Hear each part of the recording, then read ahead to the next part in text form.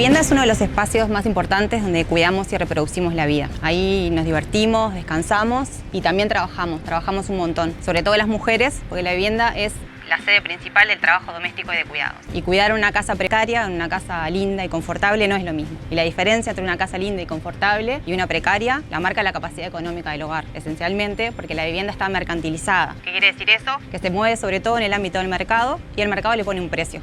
Le pone un precio a cada cosa, al metraje de la vivienda, a la ubicación, a la calidad de esa vivienda, a la belleza de esa vivienda. Y la capacidad económica de cada hogar está atravesada por relaciones de clase, de género, étnico-raciales y tiene también una expresión territorial. Por eso hay zonas pobres y zonas ricas en las ciudades.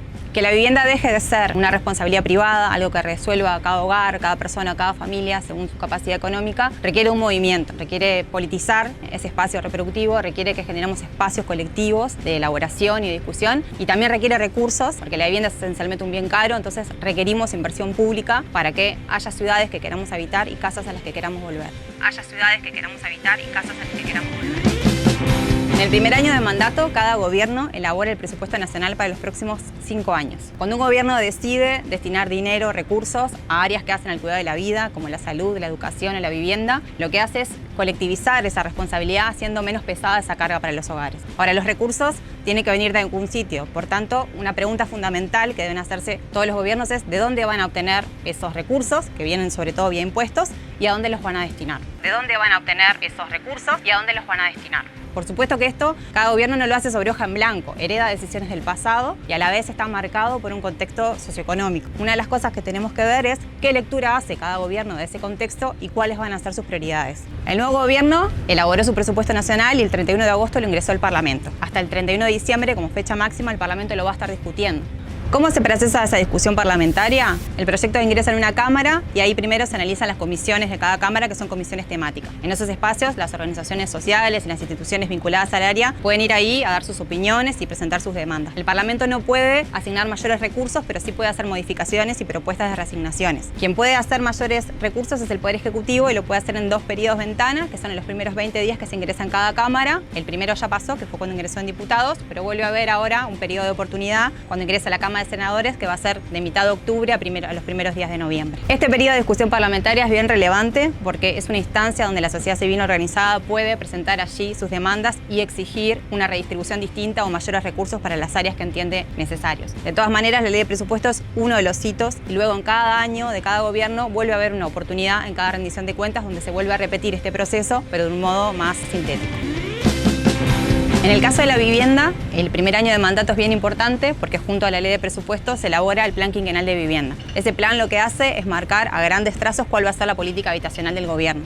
Esta exigencia de los planes quinquenales viene de la Ley de Vivienda de 1968, que exigió a cada gobierno realizar en ese plan un diagnóstico de cuál es la situación habitacional del país, cuáles son los sectores que requieren atención del Estado, cuáles van a ser las líneas de acción, las inversiones, cuáles son sus propuestas. Desde la reapertura democrática hasta ahora, con mayor o menor nivel de detalle y profundidad, se han ido elaborando planes quinquenales de vivienda. De alguna manera, lo que está condensado en el plan quinquenal de vivienda permite ver cuál es la mirada de cada gobierno sobre el problema y en función de eso cuáles son las líneas de acción que propone. Cómo miramos un problema es bien importante porque eso condiciona cómo lo medimos, cuál es el dato, es decir, cuál es la gravedad de ese problema y dónde ubicamos las necesidades más urgentes. Para ver la coherencia entre las posturas, es decir, entre aquello que discursivamente se dice que se va a hacer y lo que finalmente se termina concretando, tenemos que ver cada plan quinquenal a la luz del presupuesto que tiene asignado. Porque si robustecemos las líneas de acción, si generamos enfoques más integrales y más robustos, pero no dotamos de eso de presupuesto, lo que va a pasar es que a la hora de desplegar esas acciones vamos a encontrar problemas para que estas acciones efectivamente tengan materialidad y el alcance que se espera. Generamos enfoques más integrales, pero no dotamos de presupuesto, lo que va a pasar es que a la hora de desplegar esas acciones vamos a encontrar problemas para que estas acciones efectivamente tengan materialidad y el alcance que se espera.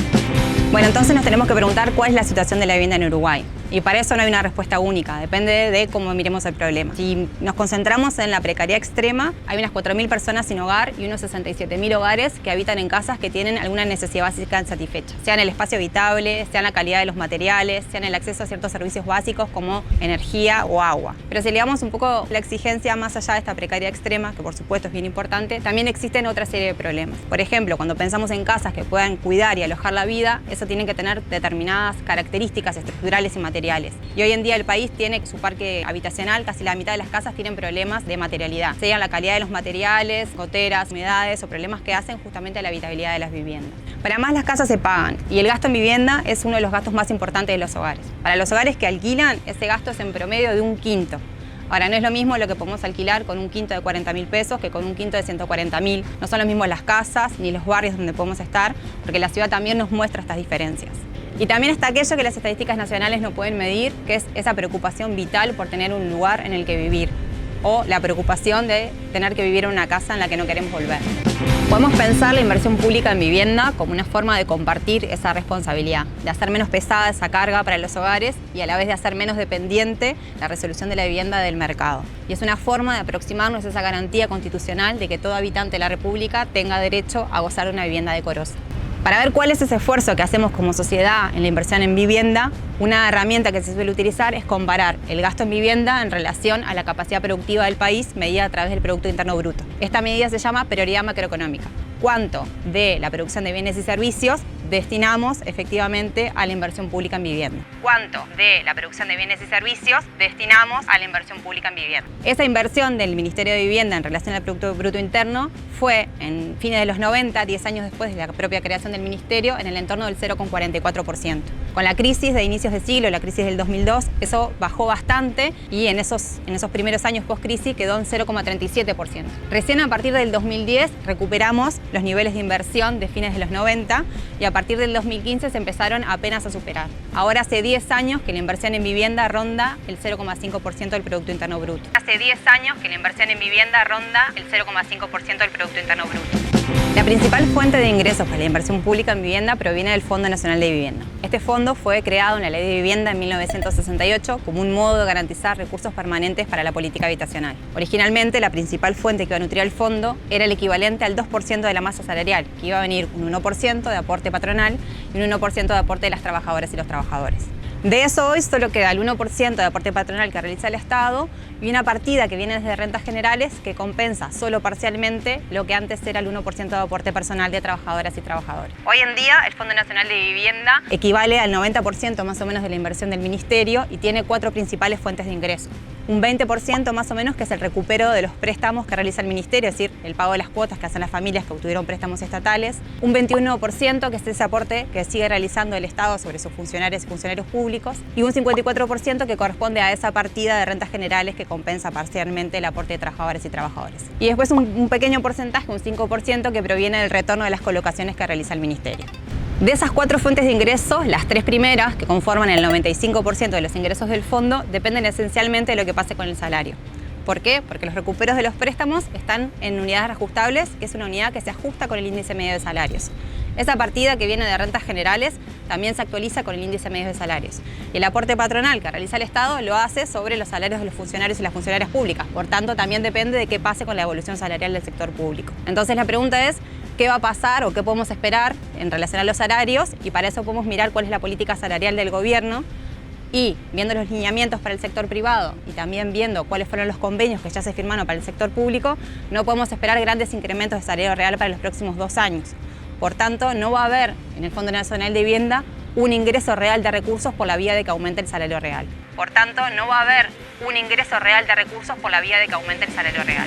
La forma de asignar más recursos, de poner más plata en un área es efectivamente poner más plata. Por eso el presupuesto nacional se organiza siempre como en 2 columnas. Una primera, que es la línea de base, que es la que marca aquello que necesita cada ministerio para seguir funcionando, para continuar con ese funcionamiento normal con el que ya viene. Luego otra columna, que es lo que se le llama el articulado, que es aquel dinero adicional que se agrega para, por ejemplo, introducir innovaciones de políticas. En el caso particular del presupuesto de vivienda hay que hacer una precisión, y es que esa línea de base, la que muestra el funcionamiento normal del ministerio, arranca siempre en el primer año de gobierno baja, más baja incluso que el cierre del gobierno anterior. Y a partir del segundo año se ajusta superando esos niveles. Por eso, cuando vemos que la asignación presupuestal de la línea de base del 2025 es más pequeña que la del 2024, No se debe a que haya un recorte específico de recursos y cuando vemos que en 2026 aumenta, tampoco es que haya un aumento real. Simplemente tiene que ver con esta singularidad de cómo se estructura el presupuesto en vivienda, que al inicio las previsiones de recaudación del Fondo Nacional de Vivienda son conservadoras y se van ajustando en el correr del tiempo.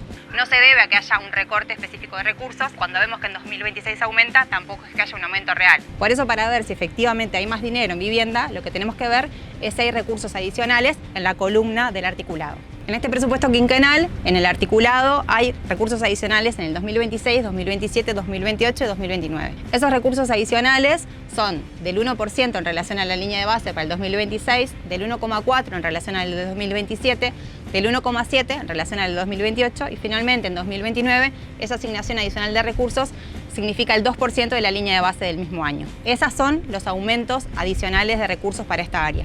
Y esos aumentos ya tienen un destino predefinido y están destinados a políticas habitacionales en atención a la precariedad extrema. Con estas previsiones presupuestales es probable que la inversión en vivienda termine estando en el orden del 0,5% del Producto Interno Bruto, que es el mismo porcentaje que mantenemos hace 10 años o incluso puede que termine un poquito por debajo de esa cifra. Es probable que la inversión en vivienda termine en el orden del 0,5% del Producto Interno Bruto, es el mismo porcentaje que mantenemos hace 10 años o incluso puede que termine por debajo de esa cifra.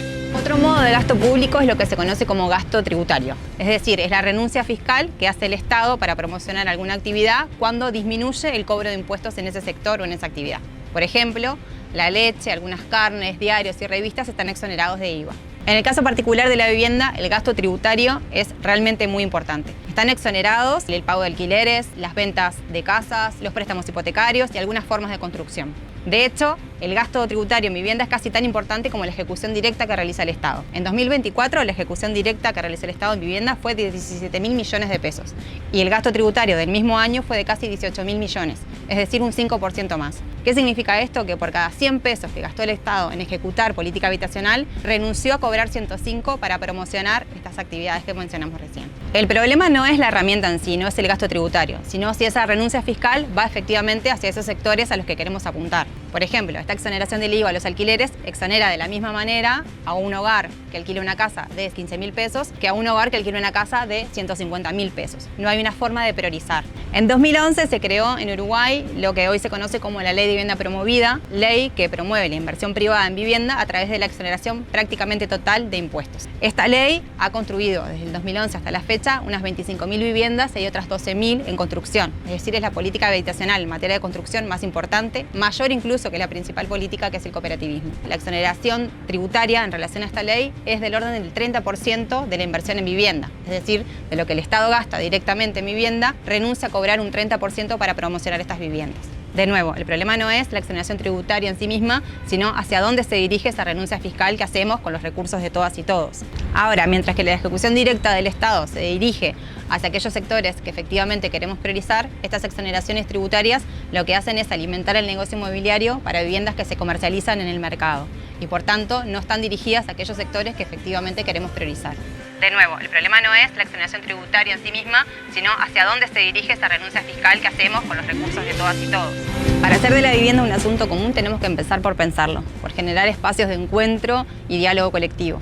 Un ejemplo de esto es el espacio La Vivienda en Diálogo, que es un encuentro entre la Universidad de la República de más de 30 organizaciones vinculadas a la lucha por el hábitat y la vivienda, que hace más de un año se vienen encontrando para compartir preocupaciones, ideas y propuestas. Y para que la vivienda sea un asunto común, también es necesario darle materialidad, asignar más recursos. Y para eso es necesario que discutamos a quiénes queremos cobrar impuestos y a quiénes queremos dejar de exonerar. A quiénes queremos cobrar impuestos y a quiénes queremos dejar de exonerar. No se trata solo de más dinero, aunque por supuesto que es necesario y es necesario robustecer bastante la asignación presupuestal que hoy tenemos. Pero al país también le sobran malos ejemplos de política pública. Entonces, para pensar una política habitacional que haga sentido a cuáles son las necesidades de la gente, nada mejor que escuchar cuáles son esas necesidades y apostar también a una construcción colectiva que nos permita volver a imaginar otros modos de habitar las casas, los barrios y las ciudades. Se trata de poner en el centro el cuidado de nuestras vidas, hacer de la vivienda y el hábitat un asunto común, material y políticamente. Poner en el centro el cuidado de nuestras vidas, hacer de la vivienda y el hábitat un asunto común, material y políticamente.